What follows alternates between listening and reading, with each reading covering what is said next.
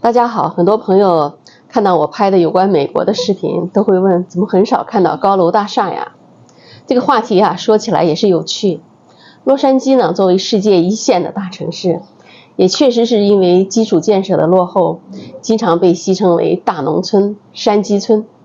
但是呢，如果你是30-40年前就来到洛杉矶，你就会忍不住惊叹美国的现代化。最近几年呢，这一切真的都发生了变化，特别是从国内来的游客，再看到美国，不但不会感觉到惊奇，甚至会觉得很多地方怎么这么落后呀？这当然与中国的飞速发展有关，也与美国的城市面貌多年不变有关。接下来呢，我就跟大家来聊聊这些话题吧，然后大家也可以边看我的视频边听我讲解。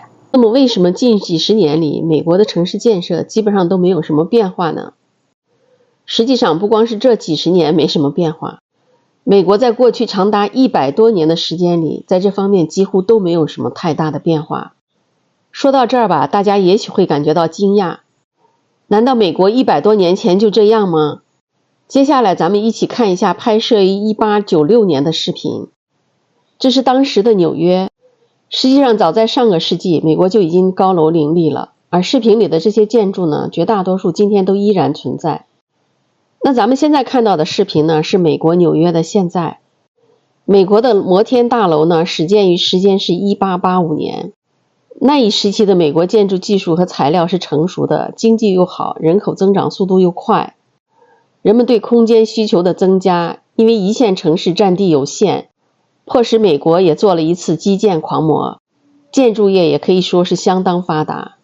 美国在摩天大厦数量上也长期保持着世界第一的位置，但仅仅100多年以后，美国就被中国超越了。大家现在看到的视频呢，是中国的南京。中国变成了世界上摩天大楼数量第一的国家。在过去短短的10几年里，中国新建建筑数量超越了美国，耗费了100多年的建筑总数量。是什么原因导致了美国今天很少建造高楼了呢？接下来呢，就聊聊这个话题吧。大家现在看到的这个场景呢，是洛杉矶的星光大道。咱们看它的路面真的已经非常的破旧了。说起这个话题呢，我们还是要从本国的国情出发。美国地广人稀，100年前美国所建造的高楼大厦已经完全可以满足今天的美国人的需要。美国对比其他的国家，现代化的进程早了上百年，很多地方的建设已经规划完毕。也就是说，中国正在经历着美国100年前就已经经历了的基础建设中，而中国呢，采用了现代化的建设理念和设计方案，一座座现代化的城市拔地而起。可以说，美国的城市化进度已经结束了。很多人听到这儿呢，不禁会问，不再新建可以理解，但是为什么不翻新或者重建呢？这也要从经济角度出发了。要知道，在美国一线的城市也是寸土寸金。美国土地又大，多是私有，从征收到拆迁等一系列的动作必将消耗大量的资金，想收回成本可以说是遥遥无期，收益与支出完全不成正比，自然不会有资本愿意介入。加上现在的美国已经完全度过了靠大厦基建拉动经济的阶段，今天的美国经济更多的是依靠服务业、制造业与高科技支撑，更多的资本都投入到这些行业里。另外一点呢，就是国家发展到一定的阶段，人们对于大城市的需求会逐渐下降。大家以前想进城市居住，无非都是因为教育、医疗、商业、交通与工作机会等这些配套设施好。